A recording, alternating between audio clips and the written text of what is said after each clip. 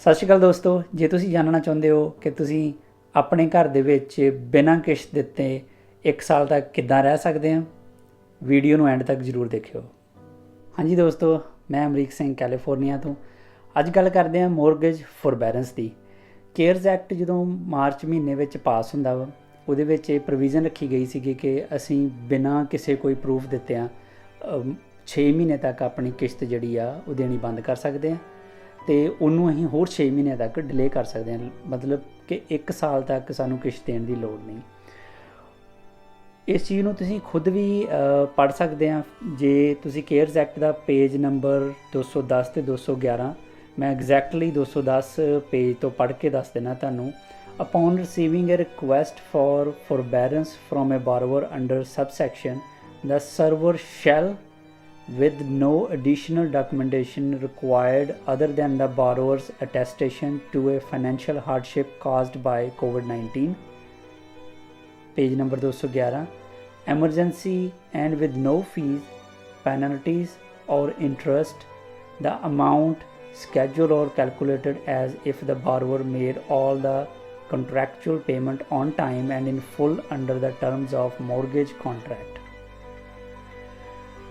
Provide the forbearance up to 180 days which may be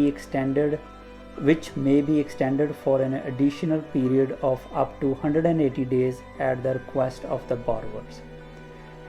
ਇਹ ਲਾ ਦੇ ਅਕੋਰਡਿੰਗਲੀ ਤੁਸੀਂ ਬਿਨਾਂ ਕਿਸੇ ਵੀ ਕਾਗਜ਼ ਪੱਤਰ ਦਿੱਤਿਆਂ ਤੁਸੀਂ 6 ਮਹੀਨੇ ਤੋਂ ਲੈ ਕੇ ਤੇ 1 ਸਾਲ ਤੱਕ ਬਿਨਾਂ ਕਿਸ਼ਤ ਦਿੱਤਿਆਂ ਤੁਸੀਂ ਆਪਣੇ ਘਰ ਵਿੱਚ ਰਹਿ ਸਕਦੇ ਆ। ਇਹਦੀਆਂ ਜਿਹੜੀਆਂ ਟਰਮ ਸੀਗੀਆਂ ਬਹੁਤ ਹੀ ਜ਼ਿਆਦਾ ਲਿਬਰਲ ਰੱਖੀਆਂ ਗਈਆਂ ਹੈਗੀਆਂ। ਤੁਸੀਂ ਸਿਰਫ ਆਪਣੇ ਜਿਹੜਾ ਲੈਂਡਰ ਆ ਉਹਨੂੰ ਕਾਲ ਕਰੋ, ਉਹਨੂੰ ਸਿਰਫ ਇੱਕ ਕੁਐਸਚਨ ਕਰੋ ਕਿ ਜਿਹੜਾ ਤੁਹਾਡਾ ਲੋਨ ਆ ਉਹ ਫੈਡਰਲੀ ਬੈਕਡ ਹੈਗਾ ਜਾਂ ਨਹੀਂ।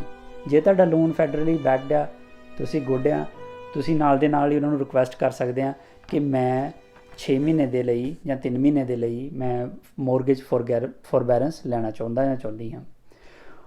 ਜਿਹੜਾ ਲੈਂਡਰ ਆ ਉਹ ਤੁਹਾਨੂੰ ਕਿਸੇ ਵੀ ਤਰ੍ਹਾਂ ਦਾ ਕੋਈ ਕਾਗਜ਼ ਪੱਤਰ ਨਹੀਂ ਮੰਗ ਸਕਦਾ, ਕਿਸੇ ਤਰ੍ਹਾਂ ਦੀ ਕੋਈ ਬੈਂਕ ਸਟੇਟਮੈਂਟ ਦੇਣ ਦੀ ਲੋੜ ਨਹੀਂ ਆ, ਤੁਹਾਨੂੰ ਇਹ ਕਹਿਣ ਦੀ ਲੋੜ ਨਹੀਂ ਹੈ ਕਿ ਤੁਹਾਡੀ ਜੌਬ ਜਾ ਚੁੱਕੀ ਆ ਜਾਂ ਕੁਛ ਵੀ ਆ, ਕਿਉਂਕਿ ਐਕਟ ਇਹ ਕਹਿੰਦਾ ਕਿ ਜੇ ਈਵਨ ਤੁਹਾਨੂੰ ਲੱਗਦਾ ਕਿ ਆਉਣ ਵਾਲੇ ਦਿਨਾਂ ਵਿੱਚ ਤੁਹਾਡੀ ਜੌਬ ਜਾ ਸਕਦੀ ਆ, ਤੁਹਾਡੇ ਕਾਰੋਬਾਰ ਦੇ ਵਿੱਚ ਤੁਹਾਨੂੰ ਘਾਟਾ ਪੈ ਸਕਦਾ ਵਾ, ਈਵਨ ਤੁਸੀਂ ਐਂਟੀਸਿਪੇਟ ਵੀ ਕਰਦੇ ਆ ਅਤੇ ਤੁਸੀਂ ਇਹ ਜਿਹੜੀ ਆ ਫੋਰਬੈਰੈਂਸ ਦੇ ਲਈ ਰਿਕੁਐਸਟ ਕਰ ਸਕਦੇ ਆ।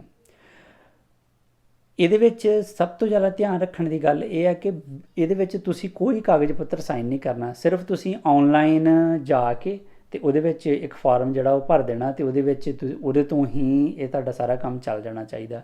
ਜੇ ਤੁਹਾਨੂੰ ਬੈਂਕ ਕੋਈ ਕਾਗਜ਼ ਪੱਤਰ ਘੱਲਦਾ ਕਿ ਆਹ ਸਾਈਨ ਕਰੋ ਅਤੇ ਫਿਰ ਅਸੀਂ ਉਹਨੂੰ ਬੜੇ ਧਿਆਨ ਨਾਲ ਪੜ੍ਹੋ, ਕਿਉਂਕਿ ਉਹਦੇ ਵਿੱਚ ਜੇ ਤੁਹਾਨੂੰ ਲੋਨ ਮੋਡੀਫਿਕੇਸ਼ਨ ਦੀ ਟਰਮ ਆਉਂਦੀ ਆ ਉਹ ਬਿਲਕੁਲ ਉਹ ਕੰਮ ਨਹੀਂ ਕਰਨਾ ਅਸੀਂ, ਕਿਉਂਕਿ ਲੋਨ ਮੋਡੀਫਿਕੇਸ਼ਨ ਦੇ ਲਈ ਫਿਰ ਤੁਹਾਡੇ ਕੋਲ ਬੈਂਕ ਦੀ ਸਟੇਟਮੈਂਟ ਮੰਗਣਗੇ, ਤੁਹਾਡਾ ਸਾਰਾ ਕ੍ਰੈਡਿਟ ਪੁੱਲ ਕੀਤਾ ਜਾਊਗਾ ਜਿਵੇਂ ਕਿ ਤੁਸੀਂ ਨਵੇਂ ਸਿਰਿਓਂ ਲੋਨ ਲੈਣ ਲੱਗੇ ਆ, ਇਸ ਤਰ੍ਹਾਂ ਦਾ ਮਾਹੌਲ ਸਿਰਜਿਆ ਜਾਏਗਾ।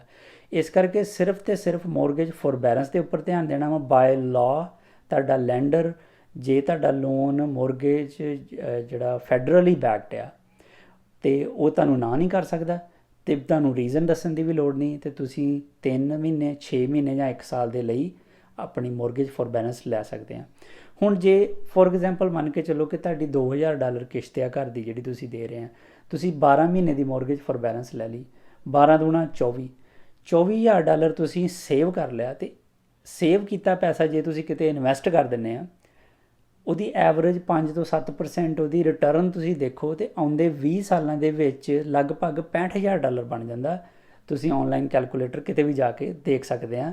$20,000 ਨੂੰ ਐਵਰੇਜ ਪਾ ਕੇ 6% 7% ਦੀ 65,000 ਤੋਂ ਉੱਪਰ ਦੀ ਰਿਟਰਨ ਤੁਹਾਡੀ ਬਣ ਜਾਂਦੀ ਆ। ਤੁਹਾਡਾ ਜਿਹੜਾ ਲੋਨ ਆ ਇਹ ਜਿਹੜੀਆਂ 12 ਮਹੀਨੇ ਦੀ ਜਿਹੜੀਆਂ ਕਿਸ਼ਤਾਂ ਵਾ ਇਹ ਜਿਹੜੀਆਂ ਲੋਨ ਦੇ ਐਂਡ ਦੇ ਵਿੱਚ ਐਡ ਹੋ ਜਾਣਗੀਆਂ। ਤੁਸੀਂ ਆਪਣੀ ਫੋਰਬੈਰੈਂਸ ਜਿਹੜੀ ਆ ਕਾਰ ਦੇ ਉੱਪਰ ਵੀ ਲੈ ਸਕਦੇ ਆ। ਜੇ ਤੁਹਾਡੇ ਕੋਲ ਕਾਰ ਲੋਨ ਚੱਲ ਰਿਹਾ ਵਾ ਤੁਸੀਂ ਉਸ ਲੈਂਡਰ ਨੂੰ ਵੀ ਕਾਲ ਕਰਕੇ ਉਹਨਾਂ ਨੂੰ ਆਪਣੀ ਹਾਰਡਸ਼ਿਪ ਦੱਸ ਸਕਦੇ ਆ ਅਤੇ ਉਹ ਤੁਹਾਨੂੰ ਬਿਨਾਂ ਕੁਐਸਚਨ ਆਸਕ ਕੀਤਿਆਂ ਬਿਨਾਂ ਕੋਈ ਡਾਕੂਮੈਂਟ ਮੰਗਿਆ ਤੁਹਾਡੀ ਜਿਹੜੀ ਆ 6 ਮਹੀਨੇ ਜਾਂ ਸਾਲ ਦੀਆਂ ਜਿਹੜੀਆਂ ਕਿਸ਼ਤਾਂ ਤੁਹਾਡੀਆਂ ਐਕਸਟੈਂਡ ਹੋ ਜਾਣਗੀਆਂ। ਇਸ ਚੀਜ਼ ਦਾ ਸਾਨੂੰ ਸਾਰਿਆਂ ਨੂੰ ਫਾਇਦਾ ਲੈਣਾ ਚਾਹੀਦਾ ਕਿਉਂਕਿ ਇੱਕ ਲਗਭਗ ਇਹ ਫ੍ਰੀ ਮਨੀ ਆ। ਭਾਵੇਂ ਅਸੀਂ ਇਹ ਪੈਸੇ ਦੇਣੇ ਆ ਅੱਜ ਤੋਂ 25 ਸਾਲ ਨੂੰ ਦਈਏ, ਜੇ ਤੁਹਾਡੇ 30 ਸਾਲ ਦਾ ਲੋਨ ਆ, 25 ਸਾਲ ਦਾ ਲੋਨ ਆ, ਜਾਂ 20 ਸਾਲ ਰਹਿੰਦੇ ਆ ਲੋਨ ਨੂੰ, ਭਾਵੇਂ 20 ਸਾਲ ਬਾਅਦ ਦੇਣੇ ਆ, ਪਰ ਜਿਹੜੀ ਪੈਸੇ ਦੀ ਵੈਲਿਊ ਅੱਜ ਆ ਉਹ 20 ਸਾਲ ਬਾਅਦ ਨਹੀਂ। ਅਤੇ ਅੱਜ ਜਿਹੜਾ ਪੈਸਾ ਤੁਸੀਂ ਇਨਵੈਸਟ ਕਰ ਦਿੱਤਾ ਉਹਨੇ 20 ਸਾਲਾਂ ਦੇ ਵਿੱਚ 60-70 ਹਜ਼ਾਰ ਡਾਲਰ ਬਣ ਜਾਣਾ। ਇਹ ਇੱਕ ਬਹੁਤ ਹੀ ਸਮਾਰਟ ਮੂਵ ਆ ਪੈਸੇ ਨੂੰ ਮੈਨੇਜ ਕਰਨ ਦਾ। ਅਤੇ ਜੇ ਤੁਸੀਂ ਆਪਣੇ ਲੈਂਡਰ ਨੂੰ ਕਾਲ ਕਰੋ, ਪਤਾ ਕਰੋ ਤੁਹਾਡਾ ਲੋਨ ਜਿਹੜਾ ਫੈਡਰਲੀ ਬੈਕਡ ਆ, ਅਤੇ ਤੁਸੀਂ ਇਸ ਜਿਹੜੀ ਹੈਗੀ ਹੈ ਕੇਅਰਸ ਐਕਟ ਦੀ ਪ੍ਰੋਵੀਜ਼ਨ ਦਾ ਫਾਇਦਾ ਲੈ ਸਕਦੇ ਆ। ਬੜੇ ਧਿਆਨ ਰੱਖਣ ਦੀ ਗੱਲ ਹੈ ਕਿ ਤੁਹਾਨੂੰ ਜੇ ਕੋਈ ਕਾਗਜ਼ ਭੇਜੇ ਜਾਂਦੇ ਮੇਲ ਦੇ ਵਿੱਚ, ਅਤੇ ਤੁਸੀਂ ਉਹਨੂੰ ਬਿਨਾਂ ਪੜ੍ਹਿਆਂ ਕੁਛ ਵੀ ਸਾਈਨ ਕਰਕੇ ਨਹੀਂ ਭੇਜਣਾ, ਕਿਉਂਕਿ ਜੇ ਤੁਹਾਡੀ ਲੋਨ ਮੋਡੀਫਿਕੇਸ਼ਨ, ਲੋਨ ਚੇਂਜ ਦੀ ਕੋਈ ਤੁਹਾਨੂੰ ਭੇਜਦੇ ਡਾਕੂਮੈਂਟੇਸ਼ਨ, ਉਸੇ ਵੇਲੇ ਇਸ ਚੀਜ਼ ਨੂੰ ਸਟਾਪ ਕਰ ਦਿਓ, ਇਹਦੇ 'ਤੇ ਮੂਵ ਫਾਰਵਰਡ ਨਾ ਹੋਵੋ। ਇਸ ਤੋਂ ਇਲਾਵਾ ਜੇ ਤੁਹਾਨੂੰ ਕੋਈ ਬੈਂਕ ਸਟੇਟਮੈਂਟ, ਕੁਛ ਇੱਦਾਂ ਦਾ ਚੀਜ਼ਾਂ ਮੰਗੀਆਂ ਜਾਂਦੀਆਂ ਵਾ, ਤੁਸੀਂ ਉੱਥੇ ਸਟਾਪ ਕਰ ਸਕਦੇ ਆ। ਅਤੇ ਇਹਦੇ ਆਲੇ ਦੁਆਲੇ ਕੁਝ ਫਰੋਡ ਵੀ ਚੱਲ ਰਹੇ ਸੀਗੇ। ਕੁਛ ਲੈਂਡਰ ਜਿਹੜੀਆਂ ਕੰਪਨੀਆਂ ਨੇ ਉਹਨਾਂ ਨੇ ਭੇਜਣੇ ਸ਼ੁਰੂ ਕਰ ਦਿੱਤੇ ਕਿ ਤੁਹਾਡੀ ਲੋਨ ਫੋਰਬੈਰੈਂਸ ਕਰ ਦਿੰਦੇ ਆ, ਤੁਸੀਂ ਆਹ ਕਾਗਜ਼ ਪੱਤਰ ਸਾਈਨ ਕਰਕੇ ਭੇਜੋ। ਉਹਦਾ ਇਹ ਸੀਗਾ ਕਿ ਉਹ ਲੋਨ ਨੂੰ ਮੂਵ ਕਰਕੇ ਆਪਣੀ ਕੰਪਨੀ ਵੱਲ ਲੈ ਕੇ ਜਾ ਰਹੇ ਆ। ਲਗਭਗ ਇਹ ਲੋਨ ਮੋਡੀਫਿਕੇਸ਼ਨ ਜਾਂ ਰੀਫਾਈਨੈਂਸ ਵਾਲਾ ਪ੍ਰੋਸੈਸ ਕਰ ਰਹੇ ਸੀਗੇ। ਇਹਨਾਂ ਗੱਲਾਂ ਦਾ ਧਿਆਨ ਰੱਖਦੇ ਹੋਏ ਜੇ ਤੁਸੀਂ ਮੋਰਗੇਜ ਫੋਰਬੈਰੈਂਸ ਦੇ ਵਾਸਤੇ ਜਾਂਦੇ ਆ, ਅਤੇ ਇੱਕ ਬਹੁਤ ਵਧੀਆ ਮੂਵ ਆ। 1 ਸਾਲ ਦੇ ਜਿਹੜੇ ਪੈਸੇ ਆ ਤੁਸੀਂ ਸੇਵ ਕਰਕੇ ਆਪਣਾ ਸੇਵਿੰਗ ਅਕਾਊਂਟ ਬਿਲਡ ਕਰ ਸਕਦੇ ਆ, ਕਿਸੇ ਆਪਣੀ ਐਮਰਜੈਂਸੀ ਵਾਸਤੇ ਪੈਸੇ ਜੋੜ ਸਕਦੇ ਆ। ਉਹਦੇ ਵਿੱਚੋਂ ਜ਼ਰੂਰ ਪੈਸੇ ਉਹ ਇਨਵੈਸਟ ਕਰੋ ਜੇ ਤੁਸੀਂ ਫੋਰਬੈਰੈਂਸ ਲੈਂਦੇ ਆ, ਤਾਂ ਕਿ ਆਉਣ ਵਾਲੇ 20 ਸਾਲਾਂ ਦੇ ਵਿੱਚ ਤੁਹਾਨੂੰ ਵਧੀਆ ਰਿਟਰਨ ਮਿਲੇ ਅਤੇ ਉਹ ਪੈਸੇ ਤੁਹਾਡੇ ਦੁੱਗਣੇ ਤਿੱਗਣੇ ਹੋ ਕੇ ਤੁਹਾਨੂੰ ਮਿਲਣ। ਜੇ ਤੁਹਾਨੂੰ ਵੀਡੀਓ ਚੰਗੀ ਲੱਗੇ, ਚੈਨਲ ਸਬਸਕ੍ਰਾਈਬ ਕਰੋ। ਜੇ ਵੀਡੀਓ ਵਿੱਚ ਦਿੱਤੀ ਜਾਣਕਾਰੀ ਤੁਹਾਨੂੰ ਚੰਗੀ ਲੱਗਦੀ ਹੈ, ਚੈਨਲ ਨੂੰ ਸਬਸਕ੍ਰਾਈਬ ਕਰੋ। ਨਾਲ ਦੇ ਨਾਲ ਦੂਸਰਿਆਂ ਨਾਲ ਵੀ ਸ਼ੇਅਰ ਕਰੋ ਕਿ ਹੋਰ ਵੀ ਜਿਹੜੇ ਸਾਡੇ ਸੱਜਣ ਨੇ ਉਹ ਮੋਰਗੇਜ ਫੋਰਬੈਰੈਂਸ ਦਾ ਵੱਧ ਤੋਂ ਵੱਧ ਲਾਭ ਲੈ ਸਕਣ।